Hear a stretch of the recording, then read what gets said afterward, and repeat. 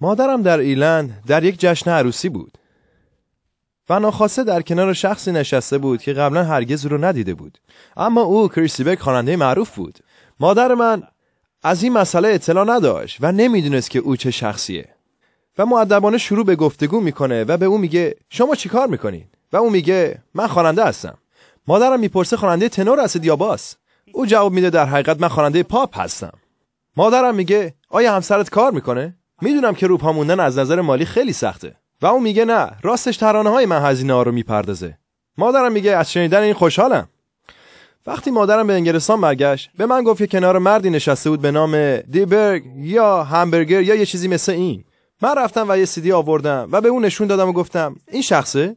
گفت آره خودشه. مادر این کریس برگه، خواننده بسیار مشهوریه، اون میلیون ها ثروت داره.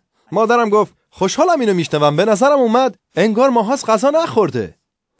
میبینید تو خانواده ما اگه زیر 80 کیلو باشید دچار سوء تغذیه اید. برای درست شناختن یک شخص گاهی اوقات ما نیاز به یک مقدمه داریم و اون کاری هستش که مرقس در انجیل برای ما انجام میده. او به ما اطلاعاتی میده تا ما بتونیم یک تصویر درست و تاریخی از این که عیسی که بود تجسم کنیم. و این مهمه، چون اگه ما درست هویت عیسی رو درک نکنیم به شیوه کاملا اشتباه با او ارتباط خواهیم داشت. پس عیسی چه کسی بود؟ یه معلم معنوی خوب؟ یه معجزه کننده مهربان؟ یا یه انقلابی بزرگ؟ در واقع نظر مرقس بسیار فراتر از این هاست. مرقس تنها با تکیه به روایات مستقیم و عینی افرادی که سالها در کنار عیسی بودن نتیجه میگیره که عیسی همان مسیح پسر خداست. مرقس تو همون جمله اول کتابش این رو به ما میگه و به ما یادآوری میکنه که کلمه مسیح یک نام خانوادگی نیست، اون یه توصیفه. اینطور نیست که شما عیسی مسیح رو تو دفترچه تلفن ناصر پیدا کنید. در واقع کلمه مسیح یک توصیف به معنای پادشاه مسح شده خداست و وقتی مرقس عیسی را اینطور توصیف میکنه اون رو حقیر نمیشماره. او زمان این رو مینویسه که امپراتوری‌های روم نمایندگان خدا روی زمین تصور میشدن. این ادعا که عیسی تنها نماینده خدا روی زمین بود چیزی بود که باعث میشد شما رو جلوی شیرها بندازن.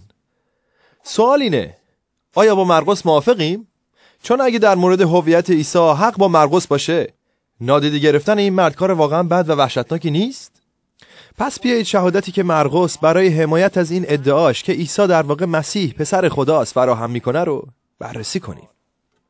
با وجود این اگر ما بتونیم نشون بدیم که مرقس اشتباه میکنه باید مسیحیت رو به عنوان یک دروغ کنار بذاریم و به زندگیمون ادامه بدیم. مرقس به ما 5 بخش شهادت ارائه میده. 5 زمینه متفاوت که در اونها عیسی اقتدار و اختیار الهی خودشو نشون میده. بخش اول شهادت به اقتدار و اختیار عیسی برای تعلیم دادن مربوط میشه. مرقس مثال این رو در باب 1 آیات 21 تا 22 ارائه میکنه. آنها به کفرناهم رفتند. چون روز شبات فرا رسید عیسی بیدرنگ به کنیسه رفت و به تعلیم دادن پرداخت. مردم از تعلیم او در شگفت شدند زیرا با اقتدار تعلیم میداد، نه همچون علمای دین. می‌بینید اون چه عیسی را از معلمای دیگه جدا میکنه نحوه تعلیم دادنشه. معلمای شریعت مطالب خودشون رو نمیگفتن. اونها به معلمای بزرگ گذشته متکی بودن.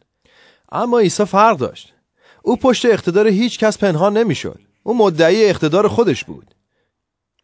و اون ادعا به واسطه تأثیر تعلیمش روی کسایی که به او گوش نمیدادن تایید میشد.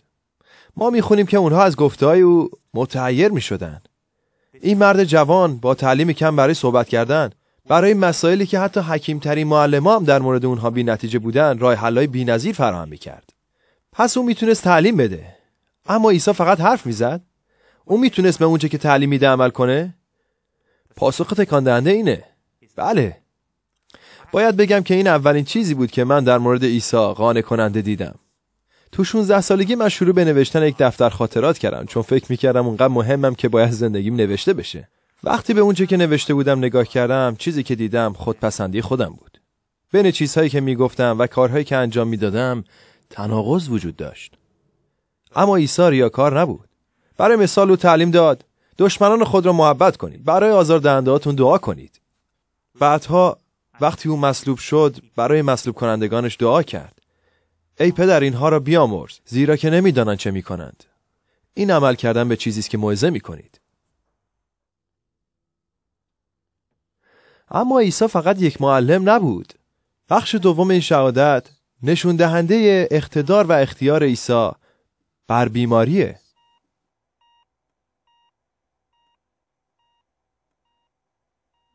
یک نمونه این مسئله در مرقس باب 1 آیات 29 تا 31. چون عیسی کنیسه را ترک گفت، بیدرنگ به اتفاق یعقوب و یوحنا به خانه شمعون و آندریاس رفت. مادر زن شمعون تب داشت و در بستر بود. آنها بیدرنگ عیسی را از حال وی آگاه ساختند. پس عیسی به بالین او رفت و دستش را گرفت و کمک کرد تا برخیزد. تب او قطع شد و مشغول پذیرایی از آنها گشت.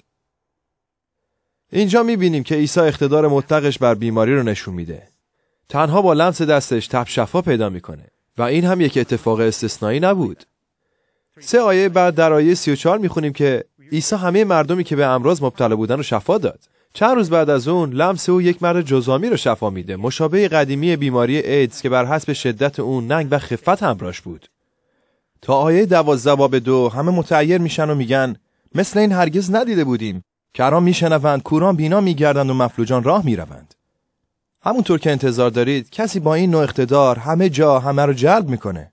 برای مثال جوزف تاریخدانی که مسیحی نبود عیسی رو کننده کارهای خارق‌العاده میخونه.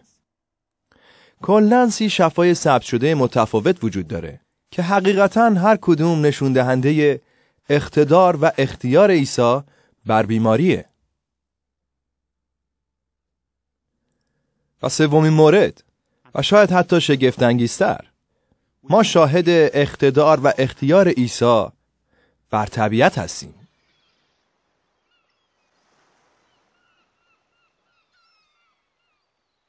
عیسی و شاگرداش توی کشتی روی دریاچه جلیل هستن و اونچه که در باب 4 آیات 37 تا 39 است رخ میده.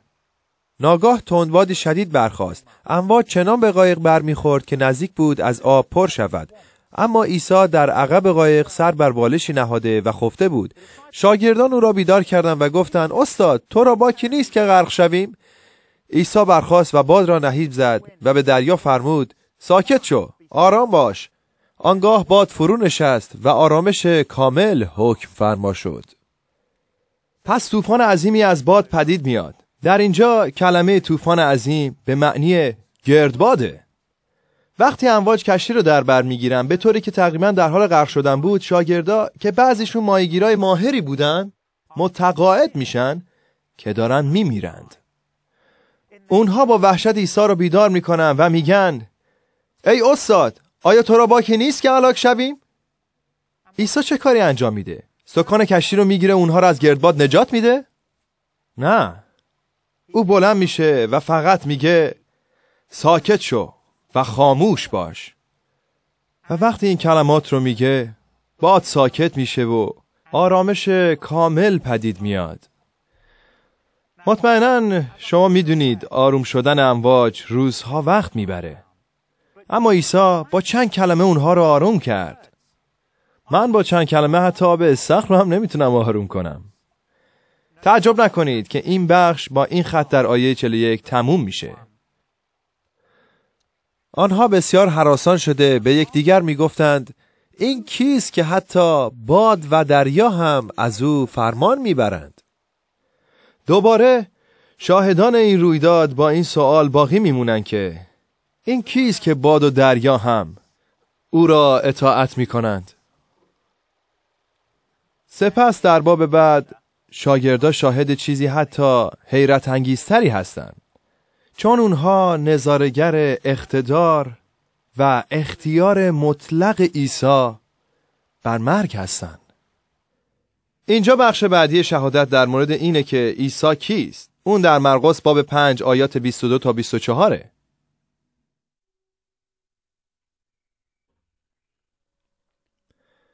یکی از رئیسان کنیسه که یایروس نام داشت نیز به آنجا آمد و با دیدن عیسی به پایش افتاد و التماس کنان گفت دختر کوچکم در حال مرگ است. تمنا دارم دست خود را بر او بگذاری تا شفا یابد و زنده ماند. پس عیسی با او رفت. اینجا ما یک رهبر مذهبی، یک رئیس کنیسه به نام یایروس رو داریم که در غم زیادیه، چون او نمیتونه به دخترش که در حال مرگ کمک کنه. آیا میتونید تصور کنید چه احساسی داره؟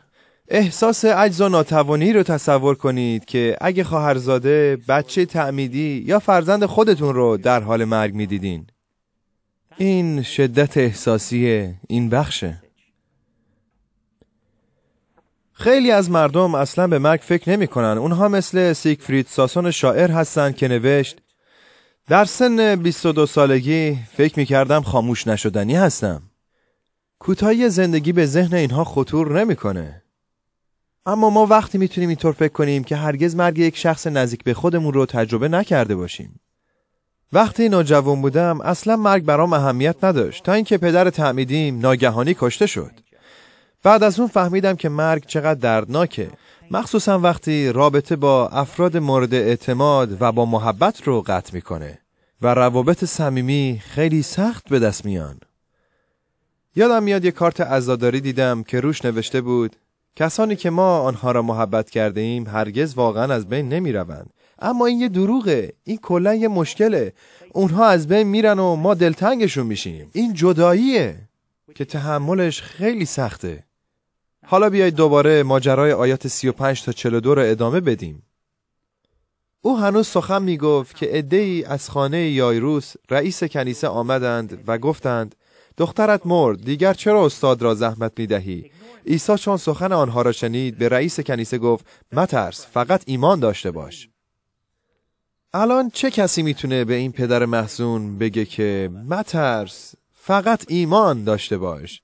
این صدا یا صدای کسیه که بسیار در اشتباهه یا صدای کسیه که فوق‌العاده به قدرت خودش اطمینان داره. شما باید خیلی از سلاح خودتون مطمئن باشید که اون حرف رو به مردی که دخترش رو از دست داده بزنید. و اجازه نداد جز پتروس و یعقوب و یوحنا برادر یعقوب کسی دیگر از پی او برود. چون به خانه رئیس کنیسه رسیدن دید غوغایی به پاس و عده‌ای با صدای بلند میگریند و شیون میکنند. پس داخل شد و به آنها گفت این غوغا و شیون برای چیست؟ دختر نمرده بلکه در خواب است. اما آنها به او خندیدند. پس از اینکه همه آنها را بیرون کرد، پدر و مادر دختر و همچنین شاگردانی را که همراهش بودند با خود برگرفت و به جایی که دختر بود داخل شد. آنگاه دست دختر را گرفت و به وی گفت تالیتا کم، یعنی ای دختر کوچک به تو میگویم برخیز. او بیدرنگ برخاست و راه رفتن آغاز کرد. آن دختر 12 ساله بود. آنها از این واقعه بی نهایت شگفت زده شدند. خب مطمئن نیستید درسته؟ عیسی به اونها میگه که دختر نمرده بلکه خوابه. بعد او دست جسد دختر رو میگیره و میگه برخیز. و پدر دوباره به دخترش که فکر میکرد برای همیشه از دستش داده میرسه. پیغام واضحه. برخیزانیدن افراد از مرگ برای عیسی همونقدر آسونه که برخیزانیدن افراد از خواب برای ما آسونه. حالا اگه اون مردیه که بر مرگ اقتدار داره، ما چطور میتونیم بگیم که او به زندگی ما ربطی نداره؟ چون مرگ چیزیه که ما با اون مواجه میشیم. مطمئنا نادیده گرفتن او گفتن اینه که من به این مسئله علاقه ندارم، یا اینکه خسته کننده است، یا خب خوبه اما شما به اون اعتقاد دارید. یه روز من و شما میمیریم. سوالی که باید از خودمون بپرسیم اینه: آیا من میتونم در مورد مرگ خودم به عیسی اعتماد کنم؟ اما من باید به شما بگم که ساکت شو و خاموش باش و برخیز چیزهای عجیبی نیستن که عیسی در مرقس میگه. به این خاطر ما باید به باب 2 آیات 1 تا 5 بریم. پس از چند روز چون عیسی دیگر بار به کفرناهم در آمد، مردم آگاه شدند که او به خانه آمده است. گروهی بسیار گرد آمدند، آنگونه که حتی جلوی در نیز جایی نبود و او کلام را برای آنها موعظه می‌کرد. در این هنگام جمعی از راه رسیدند و مردی مفلوج را که 4 نفر حمل می‌کردند پیش آوردند. اما چون به سبب ازدحام جمعیت نتوانستند او را نزد عیسی بیاورند، شروع به برداشتن سقف بالای سر عیسی کردند. پس از گشوده شدن سقف، تشکی را که مفلوج بر آن خوابیده بود پایین فرستادند. چون عیسی ایمان آنها را دید، مفلوج را گفت: ای فرزند، گناهت آمرزیده شد. دیگه این کلمات واقعا شگفت‌آور و غیرعادیه. اینجا مردی وجود داره که احتمالاً میخواد از مفلوجی شفا پیدا کنه و عیسی میخواد او رو از گناه شفا بده. چرا عیسی فکر میکرد که مسئله مبرمتر از بیماری آن مرد گناه بود؟ برای درک اون ما باید درک کنیم معنی کلمه گناه در کتاب مقدس چیه. چند سال قبل روزنامه‌ای در مورد گناهان بزرگ هفتگانه مقاله‌ای داشت و نویسنده این رو میگفت: در این دور زمونه گناه نیش خود را از دست داده. به احتمال زیاد کمی گناه کردن زیادی به عنوان یک حرکت شیطانی تصور میشه. اون یه شوک لذت بخش رو به کل سیستم بدن میفرسته. خیلی از مردم در مورد گناه اینطور فکر میکنن. گناه چیز جدی نیست، اون کمی تفریح جانبیه. اما کتاب مقدس میگه که در مورد گناه هیچ چیز مطلوبی وجود نداره. عیسی همیشه تعلیم میداد که گناه بزرگترین مشکل انسانه. اون بیماری، افزایش بالای دما در دنیا، یا تروریسم، یا فقر، یا عدم آموزش نیست، بلکه مشکل گناه است. گناه فقط انجام کارهای شیطانی، شهوت، تنبلی یا هر چیز دیگه ای نیست. نه، طبق کتاب مقدس گناه نادیده گرفتن خدا تو دنیایی که او خلق کرده. اون نافرمانی از خدا به واسطه زندگی کردن بدون مراجعه به اونه. ما ممکنه مرتکب قتل یا زنا نشده باشیم، اما کلاً گفته باشیم من تصمیم میگیرم که دقیقاً چطور زندگی کنم. و این یه کار خیلی جدیه که باید انجام بشه. چون اگه من روی استقلال از خدایی که کل حیات رو تداوم میبخشه اصرار کنم، اون وقت نهایتاً خواهم مرد. نه فقط در این دنیا، بلکه مرگ ابدی که کتاب مقدس اون رو جهنم میگه. پس به این خاطره که عیسی به مشکل گناه این مرد برمیگرده. ادعایی که عیسی اینجا میکنه اینه که او برای بخشش گناههای ما اقتدار و اختیار داره. اگه به واکنش رهبرای مذهبی نگاه کنید میتونید ببینید که این مسئله چقدر تکان دهنده است. برخی از علمای دین که آنجا نشسته بودند با خود اندیشیدند چرا این مرد چنین سخنی بر زبان میراند؟ این کفر است. چه کسی جز خدا میتواند گناهان را بیامرزد؟ اونها اهمیت نمیدن که مرد فلج گناهکار خونده میشه. اونها میدونن که همه گناهکارن. مشکل اونها با این ادعای عیسی بود که میتونه گناه رو ببخشه. اگه گناه نادیده گرفتن خدا تو دنیاییه که او خلق کرده، پس تنها خدا قدرت بخشش اون رو داره. با این وجود اگه ما نسبت به کسی خطایی انجام بدیم، تنها اون شخص حق داره ما رو ببخشه، نه هیچ کس دیگه ای. هیچ کس دیگه ای حق یا قدرت نداره که بگه هی اشکالی نداره تو رو بخشیدم. سوال اینه که آیا عیسی واقعاً قدرت بخشش گناه رو داره؟ یا اون همونطور که رهبرای مذهبی ادعا میکنن کفر میگه؟ عیسی برای پاسخ به این سوال کار شگفت انگیزی انجام میده. عیسی در دم در روح خود دریافت که با خود چه میاندیشند و به ایشان گفت چرا در دل چنین میاندیشید؟ گفتن کدام یک به این مفلوج آسان تر است؟ اینکه گناهت آمرزیده شد یا اینکه برخیز و تخت خود را بردار و راه برو؟ حال تا بدانید که پسر انسان بر زمین اقتدار آمرزش گناهان را دارد. و به مفلوج گفت به تو میگویم برخیز، تشک خود برگیر و به خانه برو. آن مرد برخاست و بیدرنگ تشک خود را برداشت و در برابر چشمان همه از آنجا بیرون رفت. همه در شگفت شدند و خدا را تمجید کنان گفتند هرگز چنین چیزی ندیده بودیم. عیسی انگار برای ثابت کردن ادعاش در مورد داشتن اقتدار فوراً مرد رو با چند کلمه شفا میده. جمعیتی که این خونه رو پر کردند با دیدن عیسی کلاً متعجب میشن. اما شفا به خودی خود هدف نیست. عیسی اون رو با شیرینکاری و تزیین انجام نمیده انگار در حال شعبده بازی تو سیرکه. نه، او این مرد و عده بیشمار دیگر رو شفا میده تا هویت واقعی خودش رو آشکار کنه. اون کاملا واضح با اقتدار و اختیار خدا رفتار میکنه و از ما انتظار داره که نتیجه مشخصی بگیریم.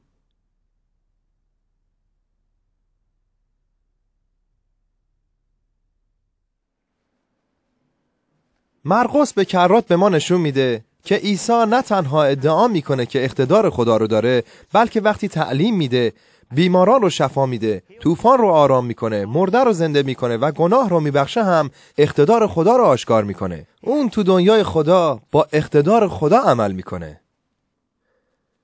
البته اگه عیسی واقعا خداست، پس اون تنها یک اندیشه انتزاعی نیست، اون خیلی شخصی میشه. آیا من تشخیص میدم که اون کیه؟ آیا من تشخیص میدم که اون معلم منه؟ خواه من اون رو دوست دارم یا نه؟ آیا من تشخیص میدم که او بر مرگ من اقتدار داره؟ خواه من اون رو دوست دارم یا نه؟ آیا من درک میکنم که او برای بخشش گناه من یا نابخشوده گذاشتن اون قدرت داره؟ اینها سوالای خوبی برای پرسیدن، چون اگه عیسی کسیه که به نظر میرسه باشه، اون وقت نادیده گرفتن اون مایه شرمه. همونطور که در شروع گفتم، اگه ما درست هویت عیسی رو درک نکنیم، به یک شیوه کاملا اشتباه با او ارتباط برقرار میکنیم. به این یکی خیلی فکر نمی کنم. اوه ببخشید، با کس دیگه اشتباه گرفتمتون.